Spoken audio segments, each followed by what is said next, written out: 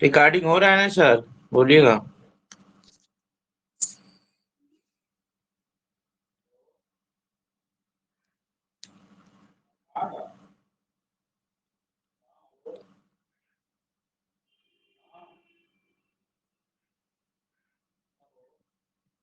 Recording हो रहा है sir? Yes sir. Yes sir. चलिए देखिए, एस्थेटिक आइडियोलॉजी क्या होता है? एस्थेटिक आइडियोलॉजी, एस्थेटिक मीन्स होता है सौंदर्यवाद, आइडियोलॉजी में विचारधारा, मतलब सौंदर्यवाद का विचारधारा। एस्थेटिक जो होता है मतलब सौंदर्य, सुंदरता, सुंदरता, खूबसूरती। जैसे सुमित सर के अंदर खूब सुंदरता है, जब तक रहे मान लीजिए अभी भी होगी, चार लोग आगे पीछे घूमे, मतलब सौंदर्यवाद, एस्थेटिक आइडियोलॉजी, विचारधारा। तो दिमाग से आइडियो, विचार से भी सौंदर्य होना चाहिए, मतलब विचार में भी आपकी क्या हो, सौंदर्यता। नहीं कहते कुछ लोग अरे बहुत अच्छा बोलते हैं और ठीक ठाक बोलते हैं, कभी कभी सुमित सर की आवाज नहीं आती बच्चों जैसे, कभी तो सौंदर्यवाद उनके अंदर होता है। तो देखिए, aesthetic ideology was the term applied by the deconstructive theorist. एक डिकंस्ट्रक्टिव थ्योरिस्ट थे जिनका नाम क्या, Paul de Man. Paul de Man का नाम है, आप सुने होंगे ना, पाल डी मैन थे। एक डिकंस्ट्रक्टिव थियोलॉजिस्ट हैं पाल डी मैन, ठीक है, इन्होंने दिया है। तो ध्यान रखिएगा, अभी पूछेगा aesthetic ideology term applied bye, किसके द्वारा अप्लाइड किया गया था? एक पाल डी मैन है, इनके द्वारा अप्लाइड किया गया था, ठीक है, कभी पूछ सकता है। इसके बाद आपको क्वेश्चन क्या पूछेगा, यह पाल डी मैन है, यह जो ये लोग जो थे फ्रांस के रहने वाले थे, एल यूनिवर्सिटी में पढ़े हुए थे, एक यूनिवर्सिटी है एल, वहीं पर ये पढ़ाई किए थे, ठीक है। डेरिडा भी यहीं पर पढ़े थे, जैक्स डेरिडा जिनका था, जो डिकंस्ट्रक्शन थियरी दिए हैं उसको, डेरिडा। हैरोल्ड ब्लूम, ये लोग इसी से बिलोंग करते हैं, ठीक है, हैरोल्ड ब्लूम, ठीक। चलिए, तो कभी भी पूछेगा कि ideo aesthetic ideology term applied by deconstructive theorist थे जिनका नाम पाल डी मैन, इनके द्वारा अप्लाइड किया गया है, ठीक है। चलिए आगे देखते हैं। हिज लेटर राइटिंग, बाद के राइटिंग में देखा गया, to describe the seductive appeal, appeal of aesthetic, इसमें सिडक्टिव होता है, सिडक्टिव मोहक, अपील ऑफ एस्थेटिक, इसमें एस्थेटिक सौंदर्यवाद का एक मोहक अपील होता है, experience in which he claimed form and meaning, जो क्लेम करता है, ही क्लेम्ड, उसने क्लेम किया, कौन, पाल डी मैन ने क्लेम किया, फार्म और मीनिंग को, परसेप्शन एंड अंडरस्टैंडिंग को, परसेप्शन अनुभूति या समझ को, एंड कॉग्निशन एंड डिजायर को, और कॉग्निशन और डिजायर को, मिसलीडिंग को, समटाइम्स डेंजरसली कन्फ्लिक्टेड, और समटाइम्स कभी कभी क्या, डेंजरसली कन्फ्लिक्टेड होते हैं। डी मैन, या डी मैन बराबर Paul de Man traces the aesthetic ideology to Friedrich Schiller. ये देखिए आगे जो है, पॉल डी मैन ने ट्रेस किया एस्थेटिक आइडियोलॉजी को, सौंदर्यवाद के विचारधारा, किसको ट्रेस किया, फ्रेडरिक शिलर को। फ्रेडरिक शिलर भी अभी एक राइटर, इनका एक वर्क है फ्रेडरिक शिलर को, इनका वर्क है later on the aesthetic education of man, 1795 में। तो फ्रेडरिक शिलर का एक वर्क है letters on the aesthetic education of man, 1795 में, जिसमें आपको एस्थेटिक आइडियोलॉजी के बारे में बताया गया कि एस्थेटिक आइडियोलॉजी क्या होती है, कैसे क्या है, ठीक है। अब इसमें इनका वर्क है फ्रेडरिक शिलर का letters on the aesthetic education of man, ध्यान रखिएगा, पार्टी में। आगे देखिए, which describe the process of education that we include, जिसमें डिस्क्राइब किया गया प्रोसेस ऑफ एजुकेशन के प्रोसेस को, that to eventually produce in the aesthetic stage, जो एस्थेटिक स्टेज में प्रोड्यूस किया जाता है, एस्थेटिक स्टेज में।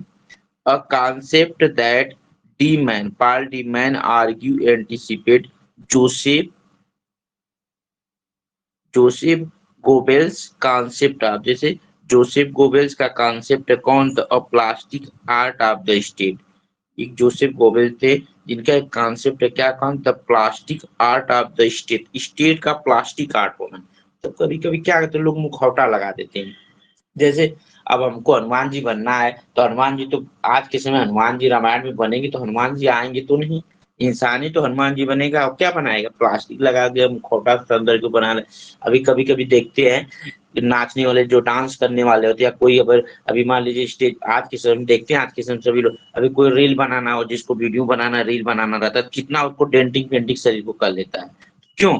क्योंकि वो क्या है, plastic art of the state, उसमें स्टेट के प्लास्टिक आर्ट लगा लेता है, मतलब अपने आप को बहुत सुंदर दिखता है। वही चीज है। ठीक है, उन्होंने बताया कि जोसेफ गेबल्स ने कॉन्सेप्ट दिया कि प्लास्टिक आर्ट ऑफ स्टेट का प्लास्टिक आर्ट होना, हमें क्या सुंदर दिखना है, कुछ करना है तो हमें एक प्रकार से कुछ मुखौटा लगा लेना है या उसकी तरह चेहरा बना लेना है। आज के समय कुछ मतलब कुछ ऐसी कॉस्मेटिक यूज करके वैसा बन जाना है। ठीक है। देखिए इन D Man Paul de Man का व्यू जो था, concept of aesthetic games to stand up all organistic approach not only but is a politics in the culture. तो the concept of aesthetic का जो concept है सौंदर्यवाद का, came to stand for organistic approach से आया, मतलब कुछ नॉट ओनली आर्ट बट न केवल आर्ट ही में था बट पॉलिटिक्स और कल्चर भी। ऐसा नहीं एस्थेटिक जो सौंदर्य केवल था, ऐसा नहीं कि सौंदर्य केवल कला में ही था। सौंदर्य मतलब कोई चीज कला है, कोई कला बना दिया, कोई फिगर बना दिया, कोई फोटो बना दिया तो खूब सुंदर है, उसको कला कर दिया, तो उसमें केवल नहीं था, पॉलिटिक्स में भी एस्थेटिक होता है सौंदर्य। देखते ना बहुत एक अच्छा वक्ता होता है पॉलिटिक्स, कुछ लोग वही बात को कहने का अलग अलग तरीका होता है, कुछ लोग अच्छी तरह कहते हैं वही बात, और ज्यादा अच्छा लगता है। यही चीज कह रहा कल्चर में भी था ये। कह रहा एस्थेटिक जो आया तो ये केवल ये नहीं कि ये आर्ट में ही था, बल्कि इसमें किसमें था, पॉलिटिक्स में भी था, कल्चर में भी था। ठीक है। The experience of literature, literature का जो एक्सपीरियंस है, ही आर्ग्यू आर्ग्यू करता है minimise the temptation of aesthetic ideology. यह क्या करता है, एस्थेटिक सौंदर्यवाद की विचारधारा को, टेम्पटेशन को मिनिमाइज करता है, प्रलोभन देता है। confuse sensory experience with the understanding और समझ के साथ सेंसरी एक्सपीरियंस को कंफ्यूज करता है भाई। which literature is present the world in such a way of the neither meaning nor experience nor nor sense experience of directly perceptible। कह रहा है कि एक मिनट में बताया गया है आपका कि सिंस लिटरेचर, एक मिनट कहाँ पर, हाँ, सिंस लिटरेचर रिप्रेजेंट, जबकि जो लिटरेचर जो रिप्रेजेंट करता है विच नाइदर मीनिंग सच, इस तरह कभी कभी वो मीनिंग को नहीं रिप्रेजेंट करता है literature, not sense not sense experience को, डायरेक्टली परसेप्टिबल को, अनुभूति को बताता है। कह रहा है कभी कभी लिटरेचर ऐसी होती है कि वो मीनिंग को नहीं रिप्रेजेंट करता है, मतलब मीनिंग उसकी नहीं निकलती है उससे, और क्या है, और कभी कभी उसके एक्सपीरियंस पे नहीं जाता, बल्कि वो किससे जाता, परसेप्टिबल पर जाता, अनुभूति पर। जैसे किसी चीज को पढ़े तो क्या उसमें परसेप्शन हुआ, परसेप्टिव अनुभूति हुई, उस पे चला जाता है। कहने का मतलब है कभी कभी आप देखते कोई गाना होता है, तो कोई गाना की कभी कभी एक्टिंग ज्यादा प्रभावकारी होती है गाने के, या गाना क्या उससे नहीं, मतलब हो सकता है वो गाना इंग्लिश में हो सकता है पंजाबी जिसे आप नहीं समझ पाते, लेकिन उसकी एक्टिंग देख करके आप समझ जाते हैं। वही चीज है लिटरेचर में आया, में एस्थेटिक एस्थेटिक आया सबसे पहले तो केवल डायरेक्टली जो परसेप्टिबल पर प्रभाव डाल दिया, ना कि उसकी मीनिंग से, किसका मीनिंग क्या है, इसका एक्सपीरियंस क्या है। आगे देखिए एक वर्क है एस्थेटिक आइडियोलॉजी, 1996 का वर्क है, पॉल डी मैन ने इसे देखा, Paul de man aesthetic ideology, ठीक है, 1996 का भी नया वर्क है, न्यू जल्दी। एंड मार्क मार्क रेडकिल का phantom formation aesthetic ideology and bildungsroman, 1996 ये वर्क है। तो मार्क रेडक्लिफ का work phantom formation aesthetic ideology and bildungsroman, 1996 में, और जो पाल डीमैन का एस्थेटिक आइडियोलॉजी 1996 में। इस तरह से अब आगे देखते हैं हम लोग क्या है। देखिए in the ideology of aesthetic, 1990 का वर्क है, ideology of aesthetic the Marxist theorist, किसका वर्क, मार्क्सिस्ट थियरिस्ट थे जिनका नाम क्या, Terry Eagleton, provides both history and critique aesthetic. जो मार्क्सिस्ट थियरिस्ट थे टेरी गल्टन, उनका एक वर्क है the ideology of the aesthetic, उसमें उन्होंने प्रोवाइडेड किया history and critique of aesthetic, aesthetic का क्रिटिक क्या होता है, क्या हिस्ट्री होती है, उसके बारे में उन्होंने लिखा है। किसने लिखा है, टेरी इगल्टन ने, ठीक है। Nothing the meaning ideological prevention and distraction in the history of the concept, but in contrast to the demand also identify emancipatory emancipatory है ना, एक मिनट क्या है, इमेनिसिपेटरी। देखिए इसमें क्या है, कह रहा है कि इसे आइडेंटिफाई किया जाता है, किस रूप में आइडेंटिफाई किया जाता है, इमेनिसिपेटरी के रूप में। ठीक है, पॉल डीमैन ने इसे क्या किया, आइडेंटिफाई किया इमेनिसिपेटरी। इमेनिसिपेटरी मीन्स क्या होता है, आवाज जा रही ना, हेलो,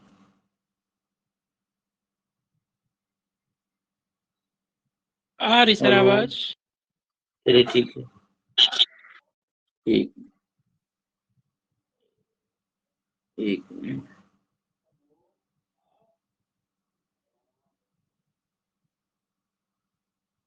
मैनिसिपेट में स्वतंत्र करना किस चीज को, potential in the concept that has, potential in the concept में ईगल्टन पॉइंटेड आउट किए हैं originally been articulating the term of freedom and pleasure. ये क्या टर्म है, प्लेजर और फ्रीडम का टर्म है, उन्होंने आर्टिकुलेट किया। ईगल्टन ने बोला जो एस्थेटिक होता है क्या होता है, यह जो टर्म ऑफ फ्रीडम और प्लीजर, फ्रीडम ऑफ स्वतंत्रता और आनंद का टर्म है, इसे बोला। ठीक है, तो बस अब इसमें कुछ खास नहीं मिला आपको, कुछ चीजें आपको इसमें एस्थेटिसिज्म है, इसमें एक चीज पता, वही चीज इसमें भी है। ठीक है, इसको हम लोग देखते हैं। एस्थेटिसिज्म सौंदर्यवाद इन द लैटिन ट्रीटीज है, एस्थेटिका से बना, इंटायर्ड एस्थेटिका 1750 में, जर्मन फिलासफर एलेक्जेंडर बाumgarten, ध्यान रखिएगा। जो ये जो एस्थेटिसिज्म टर्म है, ये लैटिन ट्रीटिस से आया है, एस्थेटिका से आया है। एस्थेटिका वर्क है 1750 में, किसका वर्क है, एक जर्मन फिलासफर थे एलेक्जेंडर बाumgarten का। आपको पता है कोई भी टर्म है सीधे वो इंग्लैंड में नहीं आता, पहले जर्मन वगैरह, रेनेसां को ले लीजिए, इटली में था, तो कोई कहाँ से आया है, तो ये में जब हम पढ़ने का मतलब ये होता है कौन चीज पहले कहाँ से आया और इंग्लैंड में जाकर कब आया, और लोगों और जो कंट्री में कब था, ये पूरा हम लोग देखते हैं इसमें। ठीक है, तो देखिए जो टर्म एस्थेटिका जो टर्म 1750 में जर्मन फिलासफर अलेक्जेंडर बाumgarten ने अप्लाइड किया टर्म एस्थेटिका सौंदर्यवाद टू द आर्ट, आर्ट के लिए of the which aesthetica in of the perfection of sensuous cognition. उन्होंने क्या बोला, इन्होंने बोला the aesthetica in is the perception of sensuous cognition. जो सेंसुअस कॉग्निशन होता है, सेंसुअल कॉग्निशन की परफेक्शन का जो एस्थेटिक है वह सौंदर्यवाद अंत होता है। जैसे कहने का मतलब है सेंसुअल कॉग्निशन मतलब कोई चीज सेंसुअस हो का जो परफेक्शन होता है, का जो एस्थेटिका इंड है, एस्थेटिक इंड होता है, मतलब कोई चीज है तो उसमें सेंसुअल कॉग्निशन होगा, उसके परफेक्शन होगा, और उसी का क्या एस्थेटिक इंड होगा, और एक दिन उसका क्या अंत हो जाएगा। कहने का मतलब सौंदर्यवाद है, कह रहा है कि the aesthetic end is the perfection of, जो एस्थेटिक इंड है मतलब सौंदर्यवाद का जो इंड होगा वो क्या होगा, सेंसुअस कॉग्निशन का जो परफेक्शन है वह होता है। तो सेंसुअस कॉग्निशन जो है उसका पूर्णता ही क्या एस्थेटिक इंड होता है। कभी एक दिन हो जाएगा आपको, जब जिसके अंदर एस्थेटिक सौंदर्यवाद होगा तो उसके अंदर सेंसुअसनेस आएगा।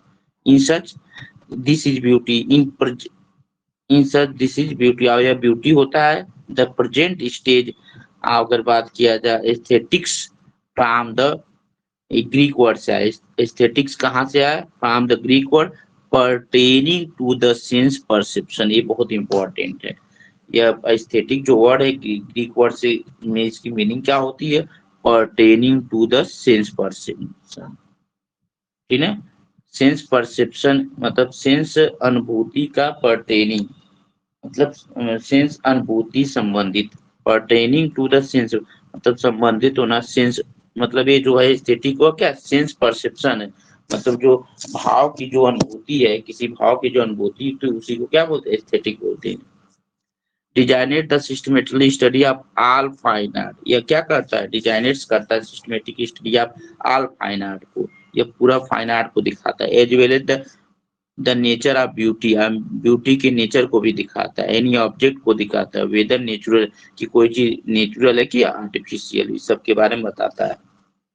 ये चीजें बस आपको जानना कि एस्थेटिज्म में जो टर्म है लैटिन वर्ड एस्थेटिका जो है से आया जो 70-50 में था, वर्क आया था। जो वर्क भी इनका है अलेक्जेंडर बॉमगार्टन का। इन्होंने एस्थेटिक का जो इसका मतलब टू द आर्ट होता है, aesthetic in of the perception of sensual recognition होता है। यह जो है एस्थेटिक का जो ग्रीक वर्ड में इसका मतलब क्या होता है, पर्टेनिंग टू सेंस परसेप्शन। ठीक है, पूछ सकते हो what is meaning of aestheticism in Greek. आगे देखिए, एस्थेटिसिज्म एंड अल्टरनेटिव, इसे एस्थेटिक मूवमेंट भी बोला जाता है। एस्थेटिक मूवमेंट का ही एस्थेटिक दोनों का मतलब एक मूवमेंट था जब ये आया था उस समय। Was European phenomenon during the latter part of 90। ये सबसे पहले वाज यूरोपियन फिनोमेनन हो गई, मतलब यूरोपियन की घटना हो गई during the latter part of 19th century में, के लेटर पार्ट में। That had the chief headquarter in France, जिसका हेडक्वार्टर फ्रांस में माना जाता है। मतलब सबसे पहले फ्रांस से आया, जर्मनी फ्रांस वगैरह से आया, और फिर इसका लेड क्वार्टर कहाँ बना, यूरोपियन में। It was the European phenomenon during the later part of it that had to chief headquarter, इसका फ्रांस में चीफ हेडक्वार्टर बन गया, किसका, एस्थेटिसिज्म, एस्थेटिक मूवमेंट का। In opposition to the dominions of science, इसमें जो opposition to the dominions of science, science के dominions के अपोजिशन में था। Definiens of wide spread differences in differences, और जो वाइड स्प्रेड इन डिफरेंसेस थी उसके डिफिनियंस में। hostility of the middle class society of their time, any art that was not influenced in the hostility of the middle class के अंदर जो middle class society में जो हॉस्टिलिटी थी उसके टाइम, इट वाज नॉट, जो फुल नहीं था, did not teach moral value, जो मोरल वैल्यू उसको नहीं देता है। फ्रेंच, देखिए, French writer develop the view that the work of art is the supreme value among human products previously, because it is self-sufficient and has no use and moral aim outside own being। कह रहे French जो writer है इसको develop किए थे aesthetics को, बाद में व्यू डेवलप द व्यू, इस व्यूज को, that the work of art, art के जो वर्क हैं और जो सुप्रीम वैल्यू है ह्यूमन प्रोडक्ट जो यूज करते थे, self sufficient and had no use of moral in own be, इसमें मोरल यूज का यूज नहीं किया, मतलब हैज नो यूज या मोरल एम, ये मोरल एम या यूज के लिए नहीं यूज किया गया। The end of the work of art is simply exist in the इसम फॉर्मल परफेक्शन। कह रहे the end of the work, work का जो एंड हुआ ऑफ आर्ट, आर्ट के वर्क का जो एंड हुआ वो एग्जिस्ट इट्स फॉर्मल परफेक्शन, वो कहीं ना कहीं उसके ऊपर एक फॉर्मल परफेक्शन को एग्जिस्ट किया, ठीक है, फॉर्मल परफेक्शन डाला, ठीक, एग्जिस्ट, एक मिनट, ठीक। आगे देखिए, that is the beautiful and contemplated in the correct or a rallying crying of its aestheticism become a phrase, एक पॉपुलर फ्रेज आ गया एस्थेटिसिज्म से संबंधित एक फ्रेज है जिसका नाम क्या, आई आर्ट फॉर आई आर्ट, मतलब आर्ट फॉर आर्ट से, कला कला के लिए है, आर्ट फॉर आर्ट से, ये जो फ्रेज है धीरे धीरे एस्थेटिसिज्म में एक फ्रेज आया आर्ट फॉर आर्ट से, इसको दूसरा मीनिंग इसका होता है आई आर्ट फॉर आई आर्ट, ठीक है, फ्रेज आया एस्थेटिसिज्म के अंदर, सौंदर्यवाद के अंदर, ठीक। अब देखिए, एक मिनट का कह रहा है historical roots of aestheticism is views are proposed by the German philosopher. आगे जो है इसके बाद एस्थेटिसिज्म का जो हिस्टोरिकल रूट्स है, मतलब सौंदर्यवाद का जो ऐतिहासिक रूट की बात किया जाए जड़, तो ये प्रपोज किया गया किसके द्वारा, जर्मन फिलोसोफर इमैनुअल कांट, इन्होंने किया। फिर बाद में एस्थेटिसिज्म का जो हिस्टोरिकल रूट है उसके बारे में प्रपोज किया किसने, जर्मन फिलोसोफर इमैनुअल कांट ने दिया। किस वर्क में, अपना एक वर्क क्रिटिक ऑफ जजमेंट 1790 में, क्रिटिक ऑफ जजमेंट जो है जिसमें एस्थेटिसिज्म की बात की गई है, जो किसका वर्क है, इमैनुअल कांट का। ये वर्क कब का है, 1790 का है, ठीक है। that are pure aesthetism experience consist of disinterested, जिसमें उन्होंने प्योर एस्थेटिक एक्सपीरियंस को, जो प्योर एस्थेटिक को कंसिस्ट किया किसमें, डिसइंटरेस्टेड में, उसमें रुचि न होना। कंटेम्पलेशन ऑफ एन ऑब्जेक्ट, और ऑब्जेक्ट का जो कंटेम्पलेशन है उस पर उन्होंने विचार किया। कंटेम्पलेशन, आगे देखिए, क्या बोला फिर, प्लीज फॉर इट्स ओन सेक, फिर उन्होंने बोला sorry pleases for its own सेक, या खुद के लिए, प्लीजेज फॉर, मतलब जो इन्होंने बताया इसको थोड़ा सा, जो आपके मैनुअल कांट ने इनको आर्ट फॉर आर्ट सेक को थोड़ा अलग कर दिया, इससे हट करके उन्होंने बोला कि जो वर्क है pure pure aesthetic experience consist of disinterest, मतलब प्योर कोई चीज प्योर बनी है सौंदर्यवाद तो उसमें कुछ ना कुछ डिसइंटरेस्टेड भी है। ये नहीं कि चीजें अच्छी हैं तो कभी वो बुरी नहीं होती थी, कभी बुरी हुई आज वो अच्छी हुई, मतलब उसमें डिसइंटरेस्टेड भी है। तो उन्होंने कंप्लेसन के रूप में कहा प्लीज फॉर इट्स ओन सेक, ये खुद के सेक के लिए प्लीज है, मतलब खुद के लिए आनंदित होना चाहिए। भाई आपको पता है इससे सौंदर्यवाद सौंदर्यवाद होता है, क्रिटिसिज्म सबका अलग होता है। हो सकता है जो चीज आपको सुंदर हो मुझे ना सुंदर, जो हमको सुंदर हो आपको न आपको सुंदर न हो, तो सबका सौंदर्यवाद अलग अलग होता है। इन्होंने बोला in Immanuel carnival pleasures for its own से, खुद के लिए कोई चीज प्लीज होना, मतलब हो सकता है जो चीज आपको प्लीज हो वो मेरे लिए नहीं हो, तो जो आपके लिए तो प्लीज है वो आपके लिए सुंदर होगी, लेकिन मेरे लिए वो पसंद नहीं तो मुझे नहीं सुंदर होगी, इन्होंने बोला। Without referential reality are to the external, correct, बिना रेफरेंसेस के जो रियलिटी होती है और जो एक्सटर्नल चीजें होती है, इन ऑफ यूटिलिटी एंड मोरलिटी, जो मोरलिटी और यूटिलिटी का इंत कर देता है, मोरल, और धीरे धीरे जो मोरलिटी नैतिकता होते हैं और यूटिलिटी है उसका अंत हो जाता है इस तरह से। As a self conscious moment how your French aestheticism is often है सेड टू डेट, एक वर्ड है थियोफिले गॉटियर का वर्क है witty defence of his return. देखिए ध्यान रखिएगा, एक राइटर, फ्रेंच के राइटर हैं, फ्रेंच राइटर जिन्होंने एस्थेटिसिज्म के बारे में बात किया, जिनका नाम क्या थियोफिले गॉटियर है, जिनका वर्क है, जिन्होंने बोला है witty defence of his certain that art is useless. उन्होंने बोला कि witty defence of his certain, जो उनके कथन है उसका जो विट्टी डिफेंस है, क्या है उसका जो विट्टी डिफेंस है उसमें विट्टी डिफेंस, जो उसका विट्टी डिफेंस है वह क्या है, दैट आर्ट, वह आर्ट के लिए यूजलेस है, उन्होंने बोला था। परफेक्ट टू मेड, आगे कह रहा है कि preface to Mademoiselle de Maupin, preface के रूप में अगर बात किया जाए इसके ऊपर प्रीफेस किसने दिया है, मोइसिस डे मॉपिन ने दिया है 1835, इसके बारे में प्रीफेस दिया है, तो इतना अंदर से पूछा है कोई मतलब नहीं है। अगला देखिए एस्थेटिसिज्म वाज डेवलप बाय बॉडलियर, अगर पूछा जाएगा एस्थेटिज्म किसके द्वारा डेवलप किया गया था तो बॉडलियर के द्वारा, ध्यान रखिएगा पूछेगा एस्थेटिज्म टर्म डेवलप्ड बाय तो बॉडलियर, ध्यान रखिएगा कौन है, बॉडलियर है। और ये भी पूछेगा कि एस्थेटिक जो टर्म है जर्मन फिलासफर जो थे प्रपोज किसके द्वारा किया गया था, अलेक्जेंडर बॉमगार्टन के द्वारा, चलो अलग अलग ध्यान रखिएगा।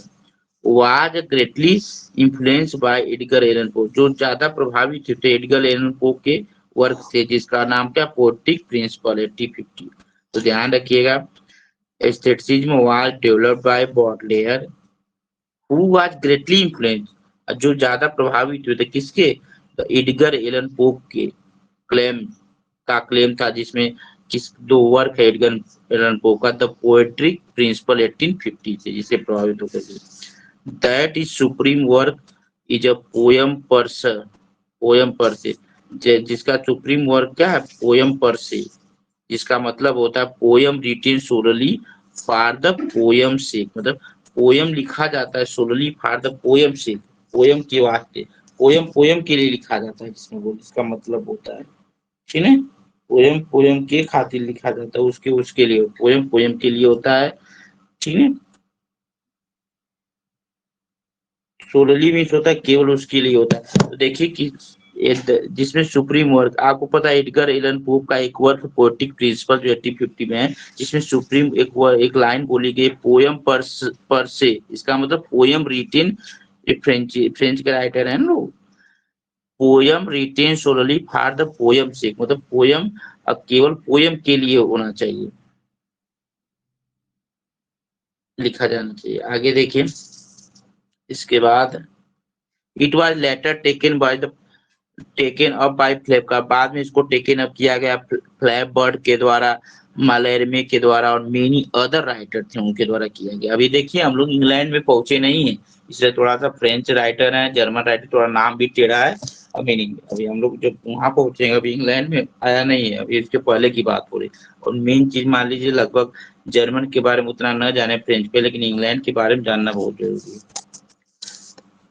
Malmare and many other writers in the stream farm, इस फार्म को स्टेम किए, and the aesthetic doctrine of art for art's sake, आपको पता है aesthetic doctrine क्या होता है? Art for art's sake varied into the moral and quasi religious doctrine of life for art sake, मतलब लाइफ फॉर आर्ट सेक, इन्होंने बोला life for art सेक होना चाहिए, बाद में कुछ राइटरों ने इसे क्या किया, आर्ट फॉर आर्ट सेक को क्या बोला, बोला aesthetic doctrine of art for art sake, जो आर्ट कला के लिए जो इसका एस्थेटिक चीजें हैं, into the moral and quasi religious, वो क्या होती है, doctrine of religious for art sake, वो doctrine of life for art sake, तो कला के वास्ते जीवन का सिद्धांत के बारे में, जब किसी का जो कोई वर्क है तो उसके सिद्धांत तो उसके जीवन से संबंधित होना चाहिए। जब कोई वर्क है तो उसमें सौंदर्यवाद डालिए, लेकिन जो उसका पर्सनल वर्क उसके वर्क से संबंधित हो, उसकी लाइफ से संबंधित हो।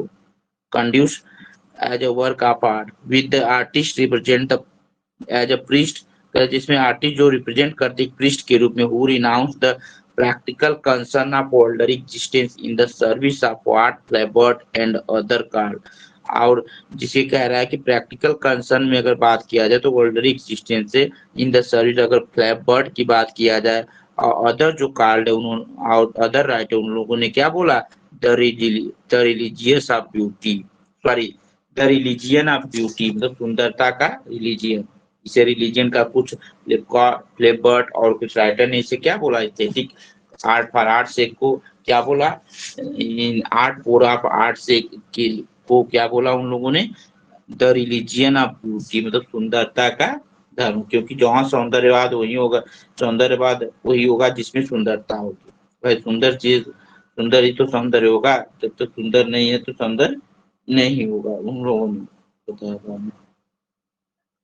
ठीक, धर्म मतलब रिलीजियन ऑफ ब्यूटी, मतलब सुंदरता का धर्म खजाना। चलिए आगे देखते हैं। And French the views of French aestheticism were introduced into Victoria, आप देखिए क्या होता है, views of French aestheticism, French aestheticism का जो व्यूज था इंट्रोड्यूस किया गया विक्टोरियन इंग्लैंड में, आप वाल्टर पैटर के द्वारा, ध्यान रखें इंग्लैंड में यह व्यूज किसके द्वारा आया, वाल्टर पैटर के द्वारा, विक्टोरियन क्रिटिक है वाल्टर पैटर, इनके समय में आया, मतलब विक्टोरियन में। इंग्लैंड में एस्थेटिक चीजें कब आई, अथा इंग्लैंड में एस्थेटिसिज्म कब आया, तो विक्टोरियन एज में आया। किसने लाया, तो सबसे पहले वाल्टर पैटर ने, ठीक है, चीज ध्यान रखिएगा, वाल्टर पैटर। चलिए वाल्टर पैटर के बारे में किया जाए तो इनका डेट ऑफ बर्थ कब से है, जानते हैं 1838 में जन्म हुआ था, अमित 1894 में, लंदन के रहने वाले हैं, विक्टोरियंस की क्रिटिक हैं, ठीक है, वाल्टर पैटर। किस एज में आते हैं देख लीजिए, आएंगे विक्टोरियन एज में, ठीक, तो ध्यान रखिएगा। The views of French aestheticism were introduce into Victorian England by Walter Pater के द्वारा, विक्टोरियन इंग्लैंड में इंट्रोड्यूस किया गया एस्थेटिज्म को, ठीक है, with the emphasis on the value in the art of high artifice and stylish subtlety, with the emphasis on the value, मतलब value के ऊपर, in the art of high artifice and सब stylistic subtlety में, his recommendation of crowd one's life with exquisite sensation and his advocacy of the supreme value of beauty. आगे इन्होंने क्या बोला है, तो इन्होंने कहा था, देखिए कि the recommendation of to crowd once, किसी के जो रिकमेंडेशन, उसके जो रिकमेंडेशन की जो क्राउड थी लाइफ में एक्सक्विजिट सेंसेशन पे थी। Advocacy of the supreme value of beauty, beauty के सुप्रीम वैल्यू पर निगाह, सुंदरता जितनी अच्छी होगी उतना क्रिटिसिज्म ज्यादा होगा। क्या बोला गया, the love of art for its own से, फिर बाद में बोला गया, इसे बोला love for art for its own से, अपने खुद के लिए, खुद के वास्ते कला का जो प्रेम है उसको बोला गया था art love for, sorry the love for art for its own से, ठीक है। The critics and sorry, the artist and the moral views of aestheticism were also expressed by Algernon Charles Swinburne ने। ध्यान रखिएगा, एसी स्विनबर्न ने जिसको बोला जाता है, एसी स्विनबर्न ने, क्या नाम है, ठीक है, एसी स्विनबर्न ने। फिर जो मोरल कह रहा है कि the artistic and moral value of aestheticism, aestheticism का जो मोरल व्यूज है और जो उसका आर्टिस्ट है उसको एक्सप्रेस किया गया बाद में किसके किसके द्वारा, एल्गर्नन चार्ल्स स्विनबर्न के द्वारा। स्विनबर्न की वर्क में एस्थेटिज्म दिखा गया बाय इंग्लिश राइटर 1890 के। और कुछ और भी राइटर हैं जैसे वास्कर विल्ड आते हैं, आर्थर सीमंस हैं, लियोनोल जॉनसन, इन लोगों के वर्क में दिखा। ये लोग कहाँ के, इंग्लैंड के रहने वाले, इनके वर्क में भी एस्थेटिज्म दिखा as well by the artist. और भी कुछ आर्टिस्ट थे जैसे जेएम विस्टल है, ये आर्टिस्ट भी है, तो कला आर्ट में भी दिखा। ये तो राइटर है, इनके वर्क में दिखा, लेकिन आर्ट कला में दिखा जेएम विस्टलर के, ऑब्रे ब्रेड्सले की। The influence of idea stage in aestheticism especially views of the autonomy. ये व्यूज ऑफ ऑटोनॉमी होता है, कहने का मतलब ये है, ये व्यूज ऑफ ऑटोनॉमी है, मतलब सेल्फ सफिशिएंस है। क्या है, सेल्फ सफिशिएंस, एक मिनट कहाँ है, सेल्फ होना कोई चीज। The work of art is emphasise on the importance of craft and art and artistry, करे कि जो एम्फसाइज, ठीक है, द वर्क ऑफ आर्ट, कला का जो आर्ट होता है, कला का कला का जो वर्क होता है वो क्या होता है, emphasise on the important craft and artistry, बता दी कि कितना अच्छा क्राफ्ट किया गया, कितना आर्टिस्ट्री किया गया, उस पे जो दैविक कला है, कोई चीज कोई पिक्चर बनाया तो नहीं कहते कितना अच्छा बताया, कितना आर्ट क्राफ्ट किया है, आर्टिस्ट्री करता है। The concept of the poem is and novel is end of itself invested in intrinsic.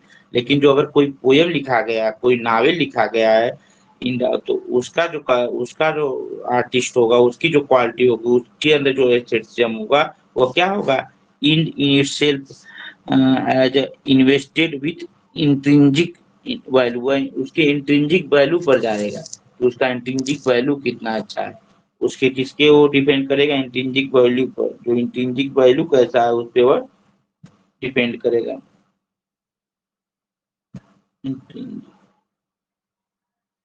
ठीक, इंट्रिंसिक वैल्यू जो होता है उस पर वो डिपेंड करेगा। स्वाभाविक वैल्यू इसका क्या है, मतलब वो किसका, ये पोयम है या नावल है तो इसका नेचर क्या है, किस चीज पे गया। अब आपको पता है कि भाई जो पोयम लिखा गया है तो पोयम के अंदर एस्थेटिज्म कैसे दिखेगा, भाई वर्क है, सौंदर्य में वर्क में क्या बताया गया है, कितना अच्छा वर्क है, या कोई फिल्म है तो कैसी है।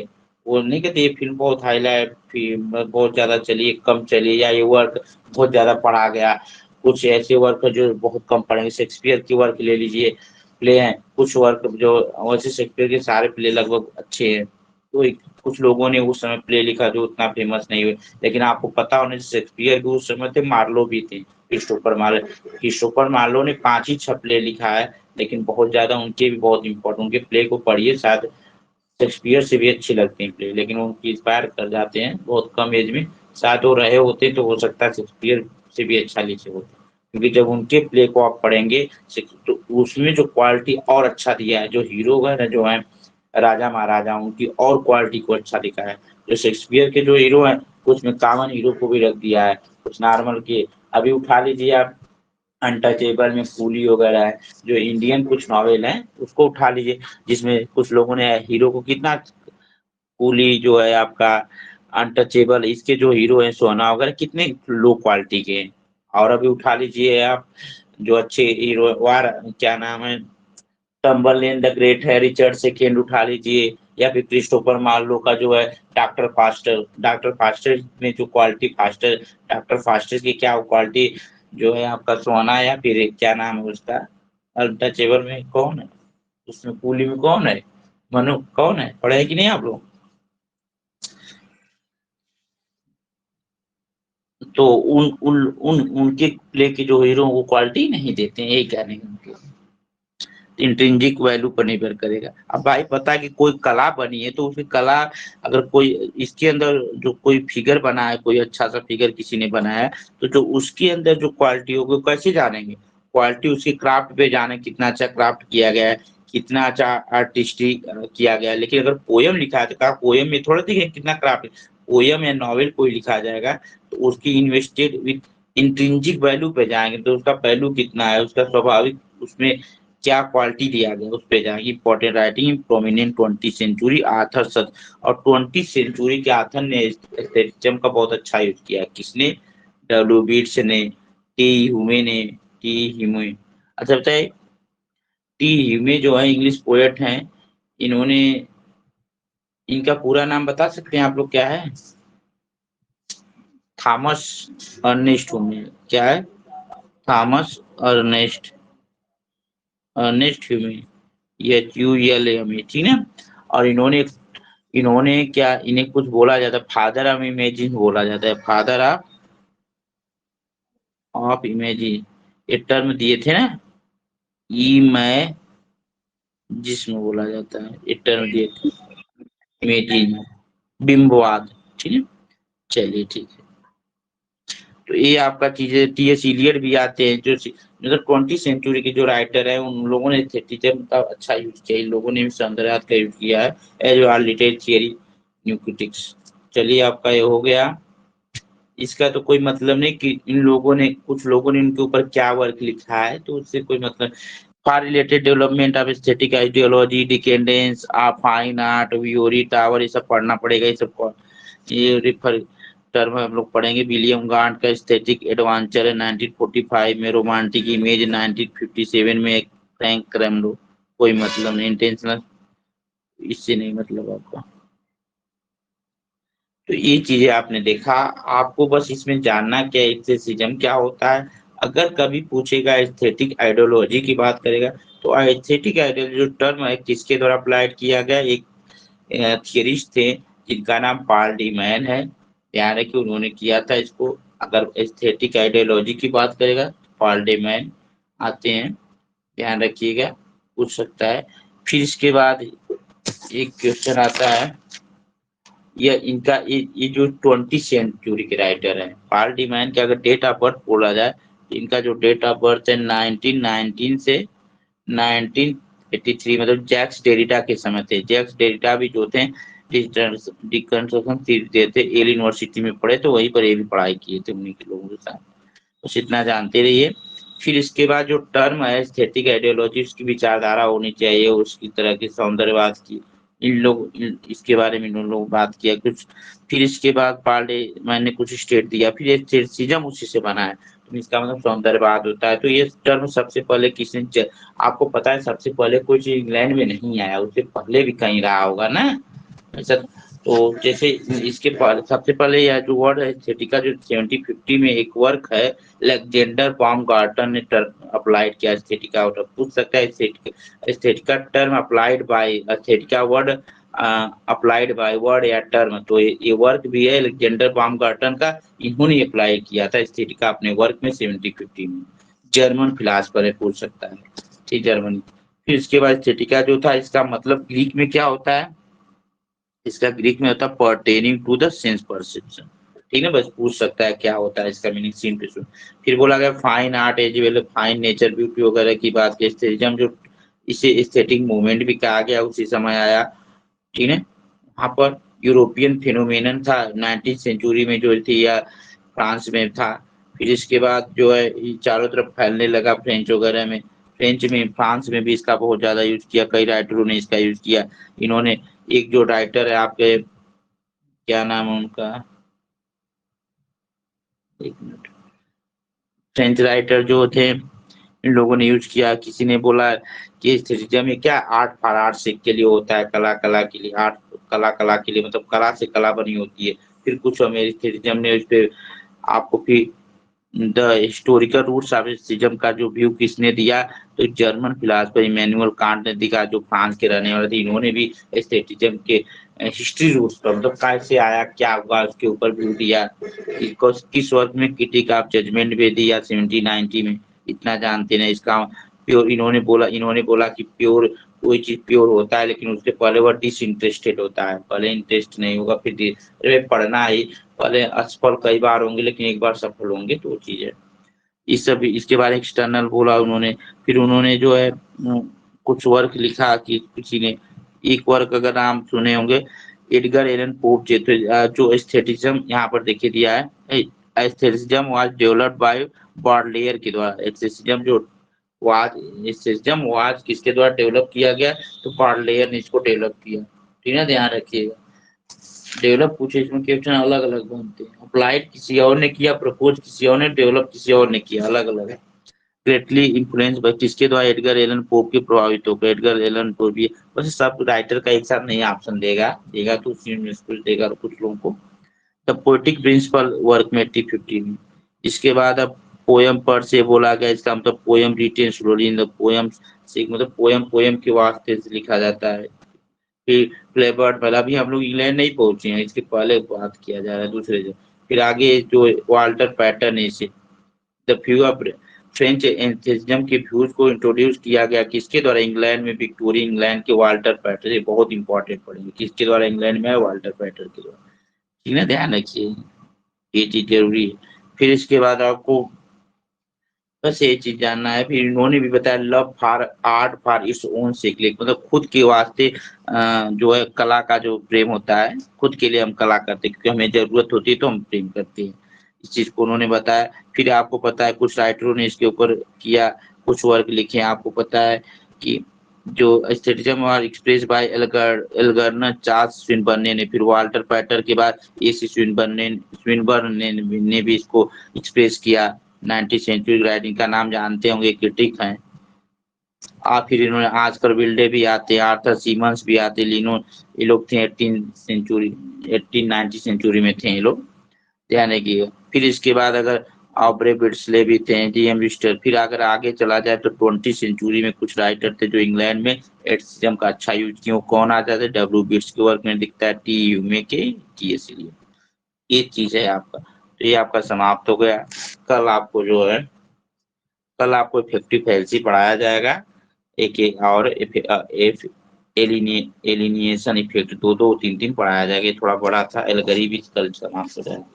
ठीक है, तो एक काम करते हैं, 2 मिनट रुक के आइए, फिर से ज्वाइन हो जाए 1-2 मिनट बाद। ठीक है, ग्रामर की